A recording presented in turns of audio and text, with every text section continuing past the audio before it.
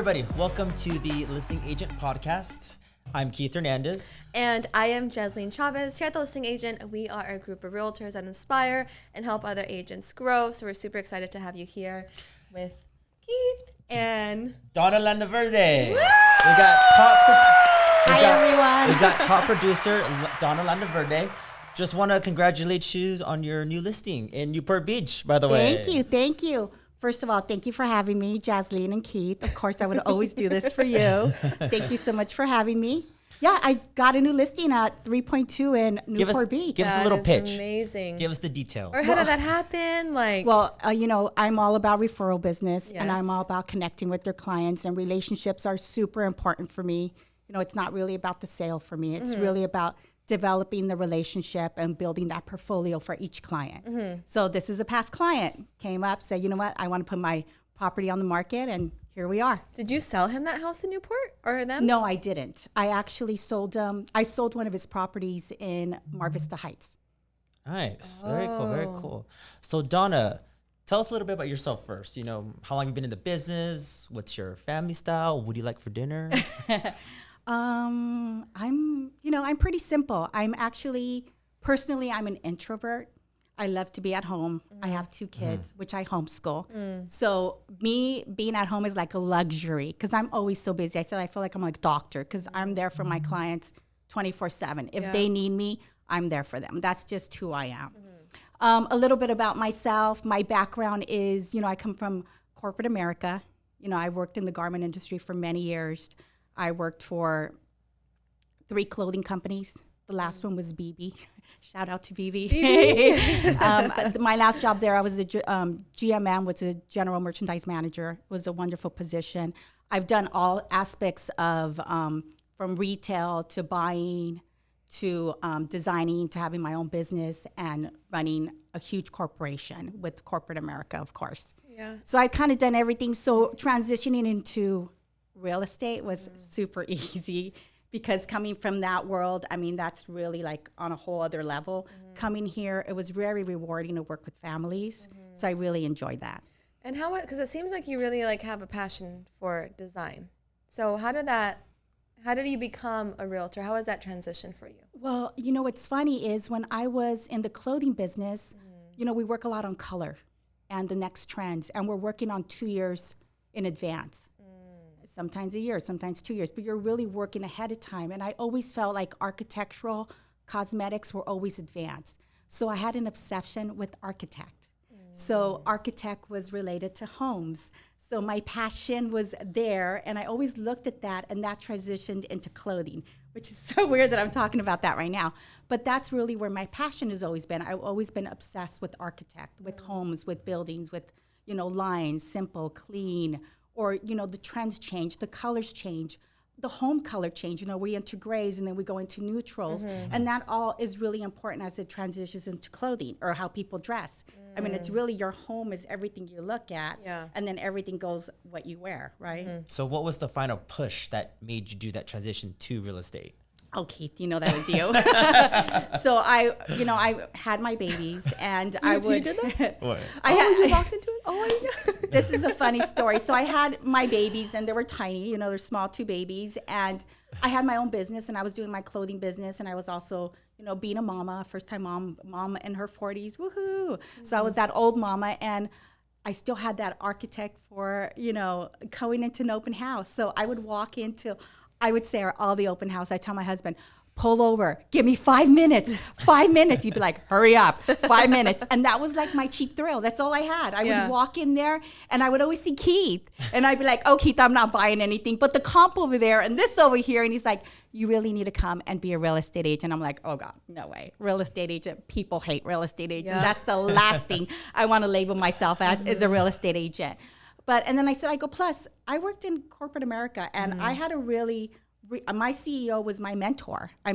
Greg Scott, a shout out to him. He was like my mentor for many years, I was in the business for over 20 years. So he was the CEO and he's my mentor. So I said, I have to work with somebody that I truly 100% respect. Because if I don't see that person, and that person has to have drive. And if they don't have drive, then I'm not in it. I can't work for somebody that's not driven. That for me, the drive drives me. People who are successful, they make me hungry. So if I'm around a bunch of people that are really killing it, it makes me want to kill it. And that's the atmosphere I like to be around. So I told Keith, oh, that's not going to work for me. I can't do that. I come from this and that. He's all, well, do you know who my parents are? And I'm like, oh, who are they? They're like Angel and Patty. I'm like, what? Angel and Patty? Bring them to my house. Bring them over. So I had Angel come in and do a listing appointment. I just wanted to see what a real estate agent does. So I had him come in, and I'm like, oh my God, I could totally see myself doing this. I really liked Angel. I loved his drive. And the next thing you know, after that meeting, I call Keith and I say, okay, when are you having an office meeting? He's like, what? I said, I'm going to become a real estate agent. When's your office meeting? He's all, on Friday. Okay, I'll be there. And he's like, okay. And I showed up, and that's how it happened. So did Angel go to your house thinking you were going to list your home, or was it just? Yes. Of course. No. We both did. He told me, he said, do you want to be a real estate agent? I have no idea what real estate agents do. I mean, I know the concept. You go and you sell a home, but I really don't know. I mean, I don't go and I sit there and watch what they do when they do a listing presentation. I have no idea. So I wanted to get an idea. So I did. I had Angel. Who else would you have? You're like, so I'm selling my house. I need you to come over. She did come into my open house with this jumper. It was like the cutest little outfit ever. He calls it the J-Lo jumper. J-Lo, that's what it was.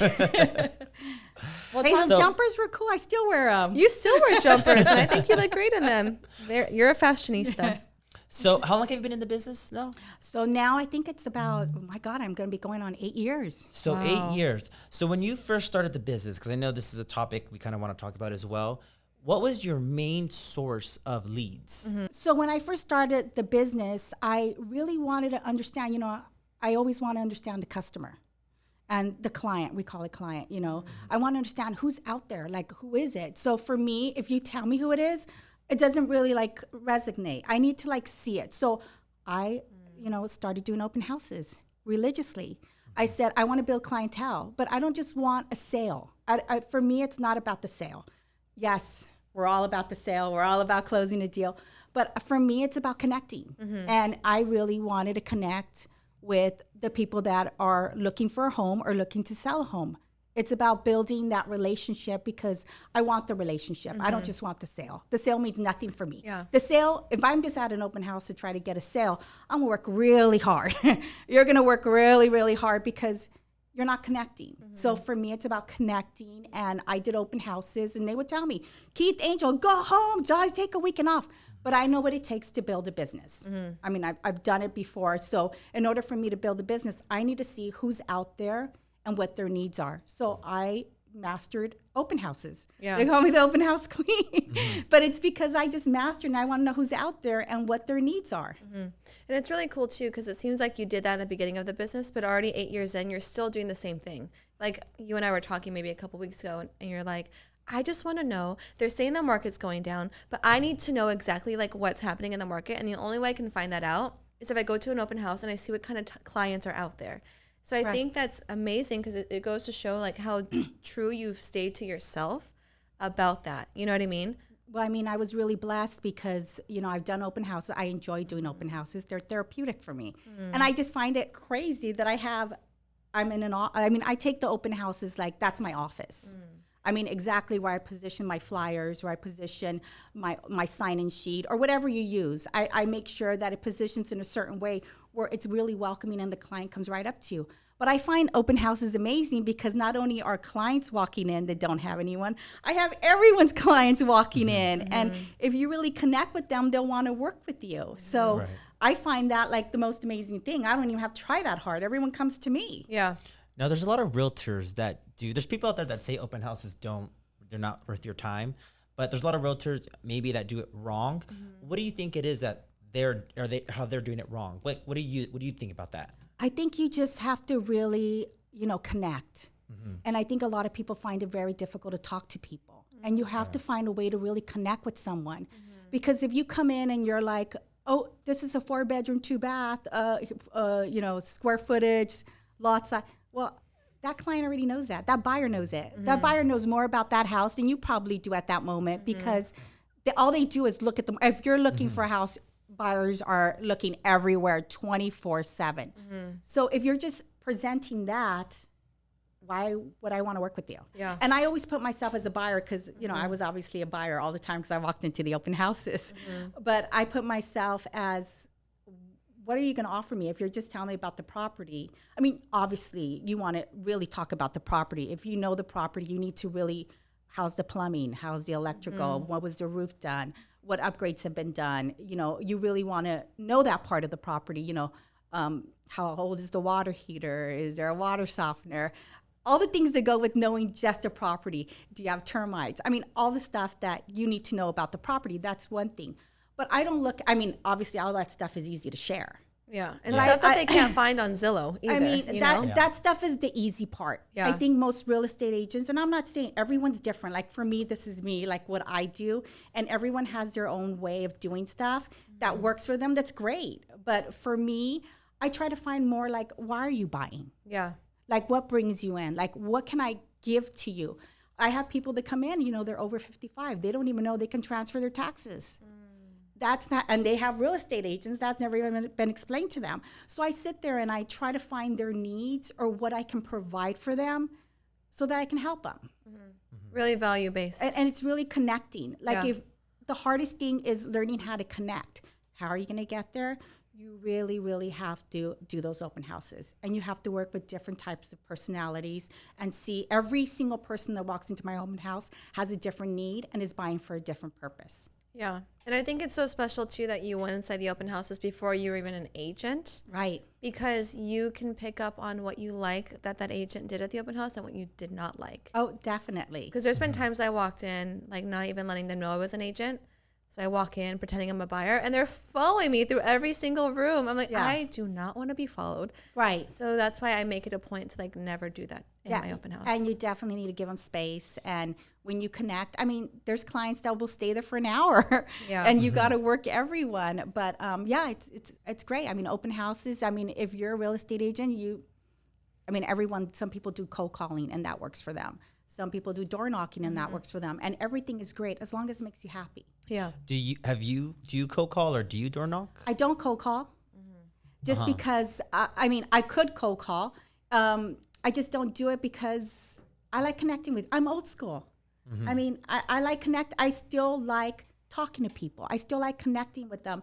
And I think there's different types of clienteles. There's certain clienteles that want you to text them, that don't want you to call them. So you got to text them. But there's also certain clienteles that still want to be talked to. Yeah. So there's different types of people. I still am that person that likes to connect. Because for me, it's always about the relationship. Yeah. That's the big thing for me. So when because I feel like a lot of agents too struggle to connect, or they can't like go across that hurdle where it's like making that initial conversation without coming off so salesman-y, right? Right. So what are like a couple of things that you would recommend to new agents? Like, hey, this is how I set up my open houses. This is how I start the conversation. Or I don't give them a flyer until they do this. Or do you make them sign in? Like, what is your technique that works for you that you can share? I do make everyone sign in. I mean, I always say you got them at hello. Because just your body language, the way you're standing at the open house, where you're standing at the open, there's so many things about just the room itself that's going to make it welcoming or not. You're either going to make it welcoming or you're going to make it awkward. That's and everybody knows we've been there awkward. I've been there awkward. I learned how to do open houses. So you're going to make it welcoming or awkward. But, you have to know where to place your flyers, where to place all your things. But even though that's important, even if you give them a flyer, it's not enough. Yeah. It's really the connecting. So if somebody comes in, it's like, hi, come on in. If I can just get you to sign in. And I don't have one person that doesn't sign in. Everyone signs in. I'm still old school. Everything's done. I don't use the digital. I don't do any of that because I don't know the client well enough yet. And it also depends. I have my business cards. I still believe in business cards. If I feel the client and they're more digital, I'll send them digital. If they're more business card, I'll give them business card. Because how many times has you've gotten a number that you haven't logged in, and then all of a sudden that number is like, where is it at? Where is it at? Or what's that person's name? So it really depends who the client is, because some people I still go through like, where's that business card of that so-and-so person that I needed? So it just depends on the client. So really for you, it's more like you have to have welcoming energy when they come in, right? I mean, you just have to be yourself. Yeah. I mean, really, it's just I always say I like to speak the truth. I don't like to fake anything because I'm so readable. If I'm fake, you can read it on me. My husband's like, what's wrong with you?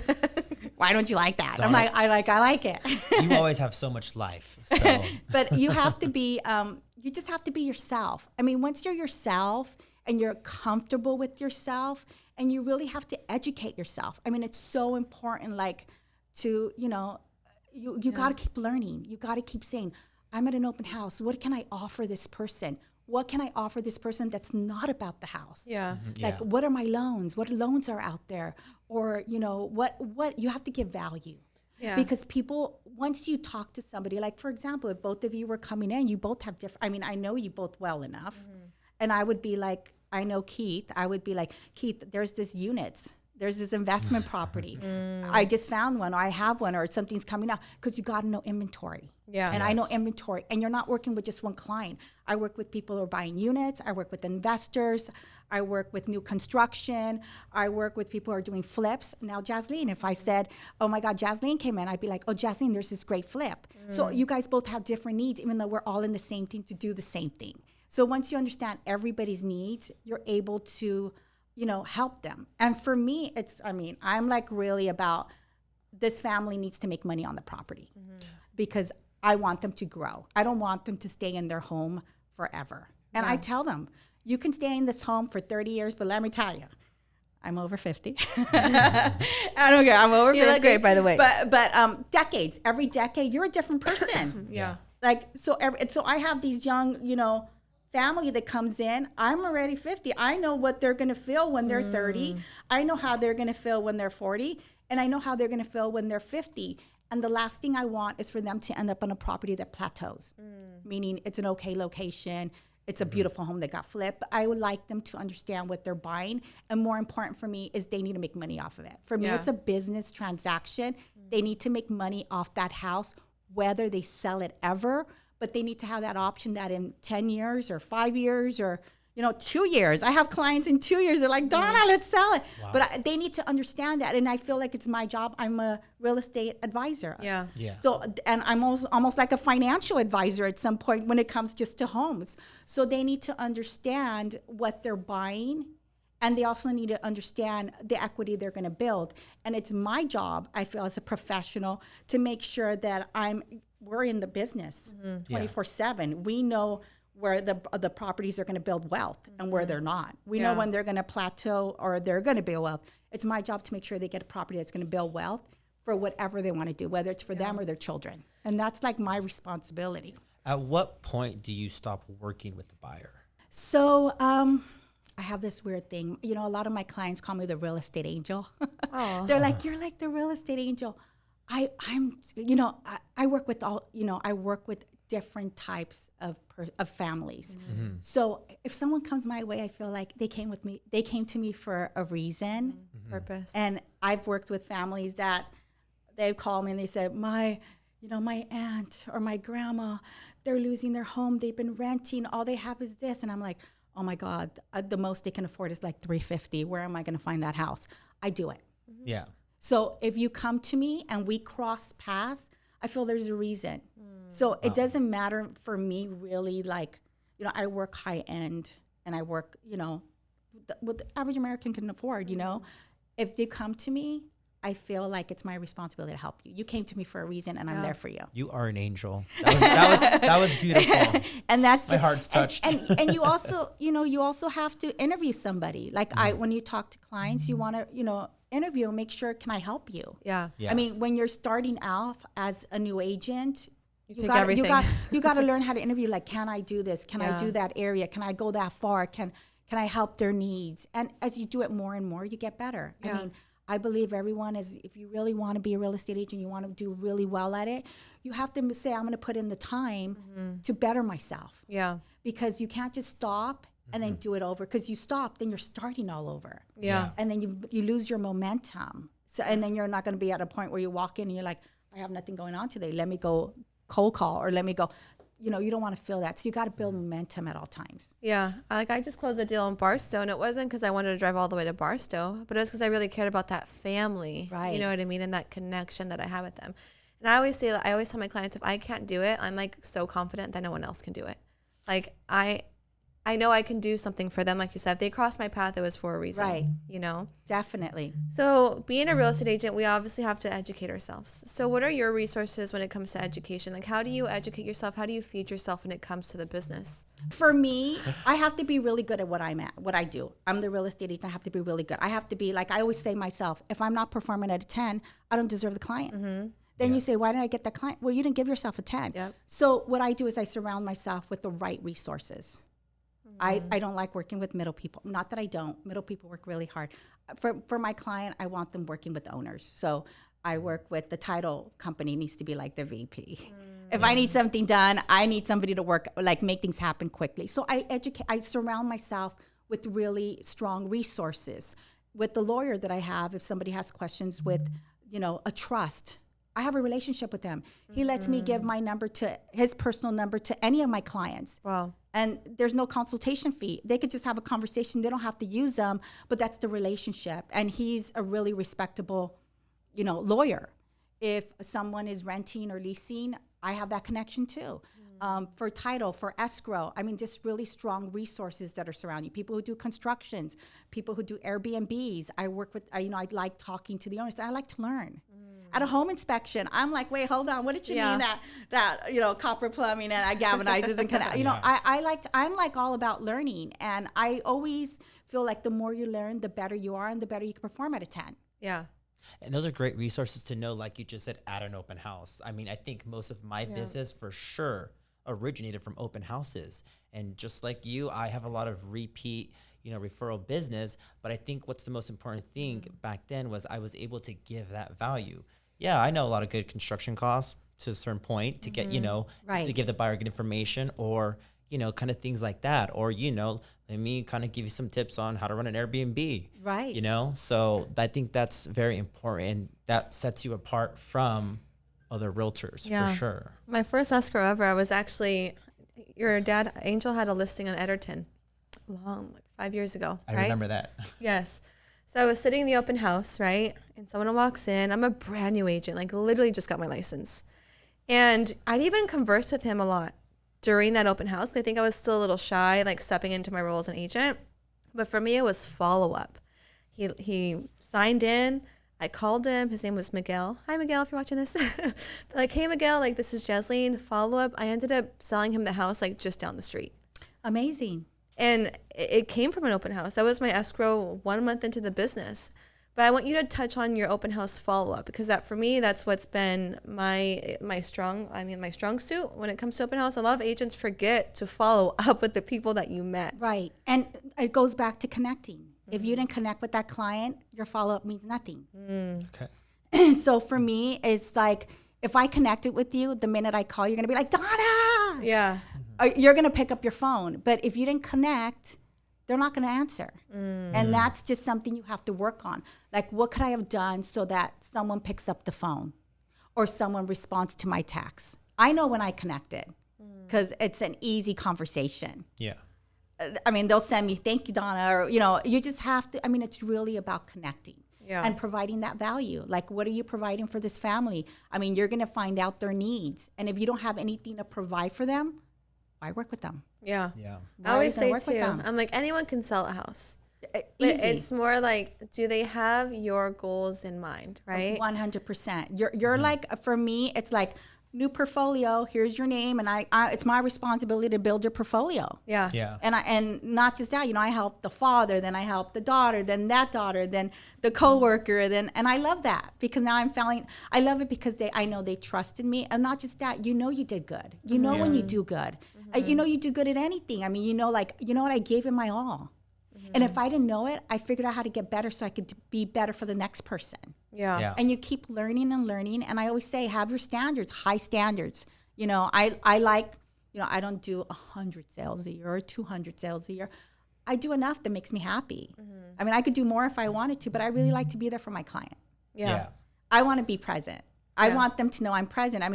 At the end of my transaction, they're bringing me flowers, and I'm like, oh my God, wait, I only got you a garden. But they'll bring me flowers, and, it feels good because then, you did a good job. So when I reach out to them again It's always going to be play. I mean, my clients say, Donna, why aren't you coming by anymore? We miss you. Come have dinner. And, you know, that feels good because you know you did a good job. And just perform at a 10 at everything, at every level of the transaction, at the open house, be a 10. Yeah. Like we all have to be better at knowing we're good. You got to get that fear. Like fear is false evidence appearing real. It's not real. Like we don't have to be fearful of anything. I'm really not fearful of anything whatsoever because, I mean, what is there to be scared of? I mean, you're just you mess you're up and do it trying again. you're trying to help a person. There's nothing to be scared of. You're just trying. But And they're I just get human it. too.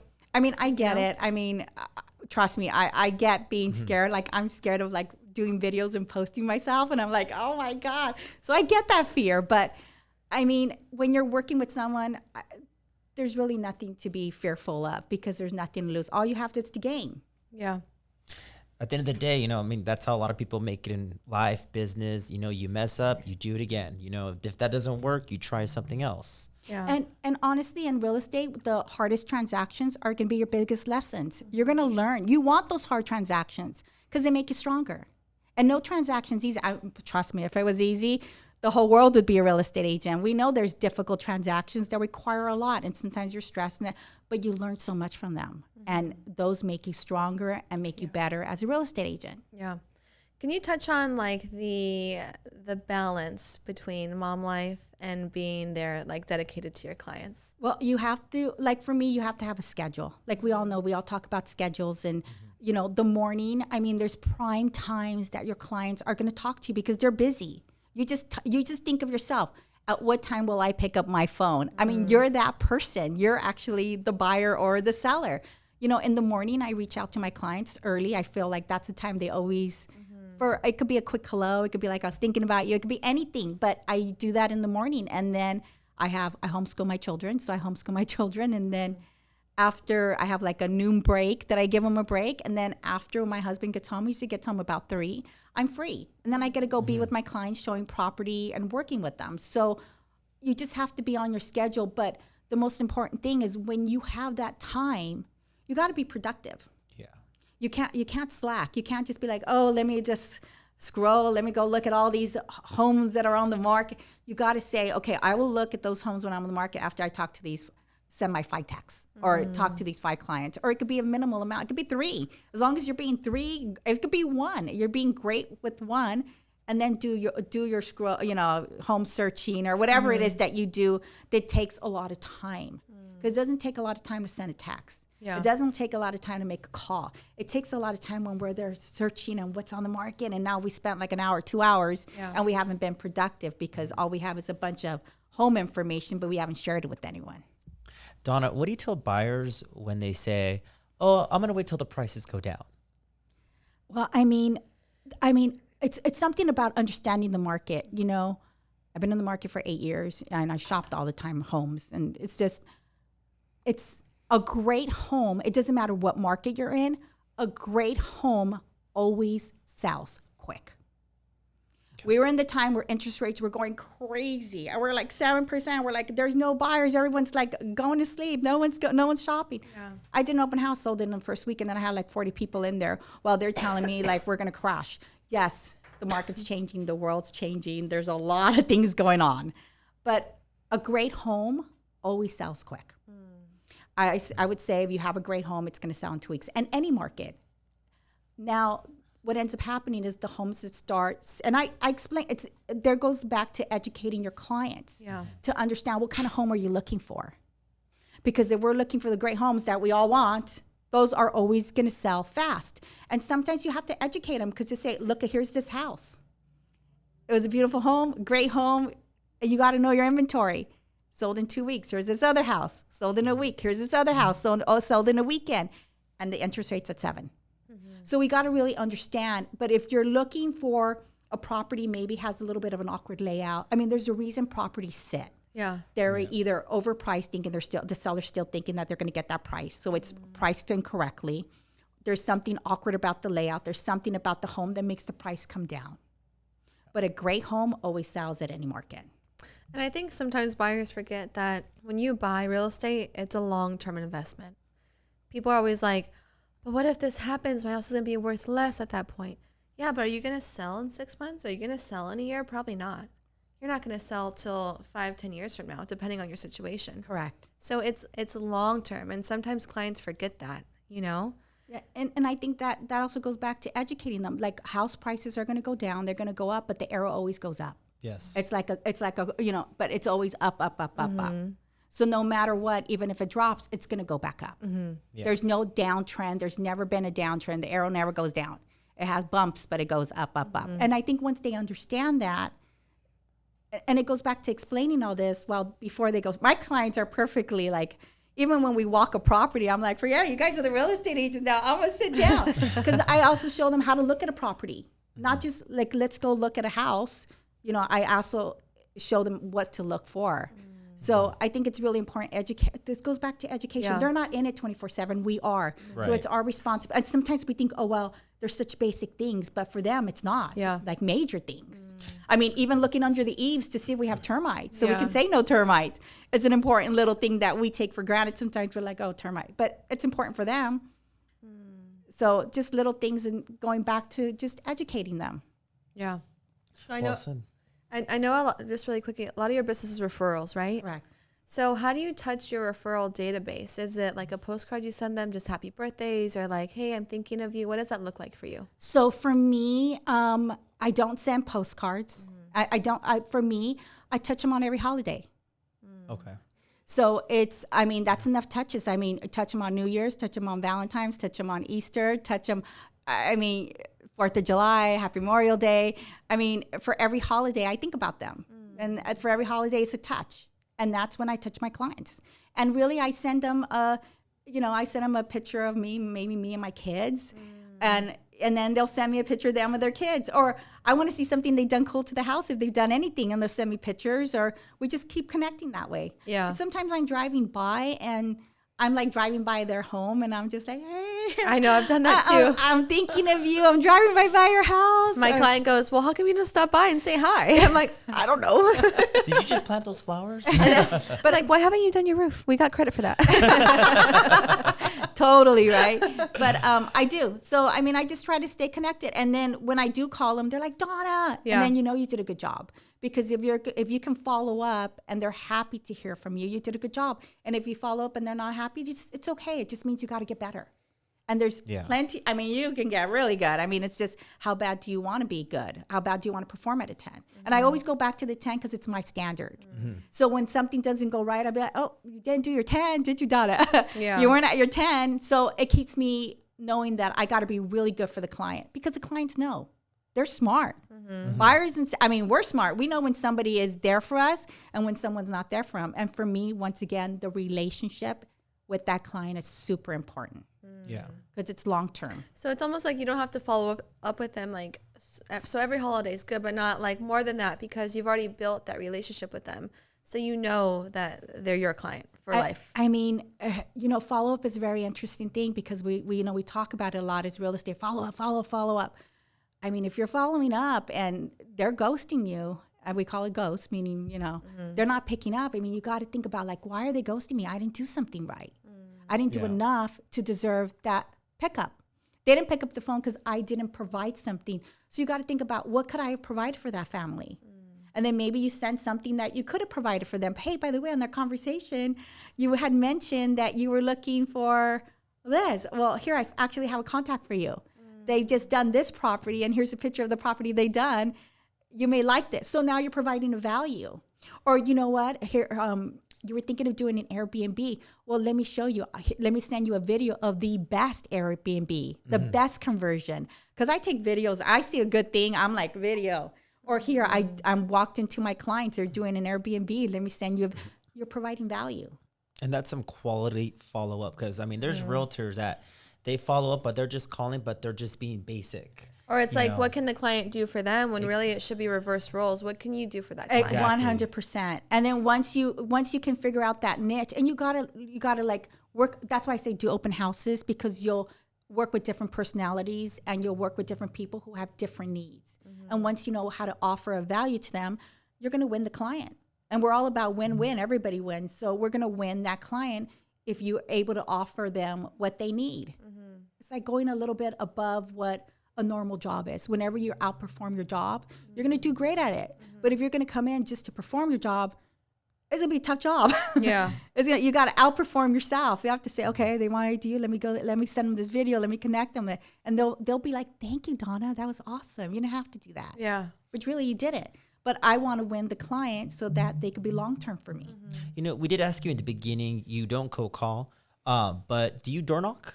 I don't door knock. You know what? I'll take that back. I don't randomly door knock. I don't go around the neighborhoods and just knock on a door and just knock on the door. I find it awkward for me. It's some people are great at it, and oh my God, I always want to follow you around when you're great at it. But it's I like to do what makes me happy, and it's not like like I always say, open houses make me happy, and it brings me enough business. But I do door knock when it's really important for me, like when I sell a property and I sold the property at a high dollar, I'm a door knock that neighborhood. Because I have something to give to them. I have to tell them, I just sold this house for $100,000, $50,000 over the asking price. Yeah. Or if there's a property that my clients want and there's no inventory, I'll go door knock it. I door knock for a reason. I have to have a legitimate reason. I just don't like door knocking. It's not like blind door knocking. I can't do blind door knocking. Yeah. It's not me. But if there's a reason, like my clients, like they want, here's a perfect example. My client wants units. He wants these specific units in this. You trust me, I'm gonna go door knock, or I'm gonna go cold call because I can't door knock there, or I'll cold call just that little area of what he's looking for. But I'm not a big cold caller or door knocker, only if it pertains to a reason. And when I do an open house, I invite the neighborhood. So, I mean, if you call that door knocking, I do that because I invite the neighborhood, come in. And, neighbors get really shy. Yeah. You have really neighbors that are, I think most neighbors are shy. And I'm like, how long have you known the neighbor? They're like, 30 years. I'm like, that's wonderful. We'll come in. It goes, well, I've never talked to him. I'm like, what? You guys never talked? And then they start. Because we take care of each other, but we just don't talk. But so I invite the neighbors to come in all the time. So I know that you don't cold call, but when I first started, remember we used to warm call. You used to call it warm I would. Okay, I'm a big warm caller. Yeah. Which cold call for me means, and cold calling for somebody that they do a great job at it. Don't get me down. I've sat next to somebody and I'm like, wow, I am like blown away. Like, you are amazing. I wish that I had that skill. Or if I want to cold call, I need to perfect that skill. So if I want to be a great cold caller, I'm going to have to learn how to be a great cold caller, because people are doing cold calling and are super successful at it, and they love it and they enjoy it and they do a really good job at it. But I've sat there, I always say, I'm going to do my warm calls before I do cold calls, because I have all these people that I've met that I can go back and reach out to them. So when I don't have that, but I've been really blessed. I mean, I have that. So if I didn't have that, I'm a new agent. You're going to have to do every single thing to make sure that what works best for you. You got to explore yourself and say, hey, I did cold calling. You get a client doing cold calling. That's really going to motivate you to do more cold calling. But for me, I mean, I feel like I'm at a place, I did open houses. That's the area I chose to like perfect myself in. Yeah. And I did open houses that worked for me, and it kept my clientele flowing. You built your pipeline. Yeah. Well, honestly, I think throughout this conversation, you dropped a lot of good nuggets for people, experienced agents, new agents, to take and run with, right? And it's like, build that relationship, put that value over a sale, because a sale doesn't mean anything. It's what can you provide for that client at that time. Show value, you know what I for mean? sure. So I thank you. And I know when I was first a realtor, you inspired me a lot. I'm like, I want to be like Donna. Thank you. Thank you. So I'm hoping that this podcast inspires other people too. Yeah. Wonderful. Well, thank you for having me. Absolutely, Ethan, Donna. Jasleen. We know your time is valuable. We want to say thank you for, coming on with us. Woo, Donna! But other than that, again, thank you so much. I think this is super valuable. Thank you guys for watching our podcast today. Please log on to see our sales webinar with Angel every week. You can follow us for more information. Other than that, Bye, listing agents. have a great day, everybody. Woo!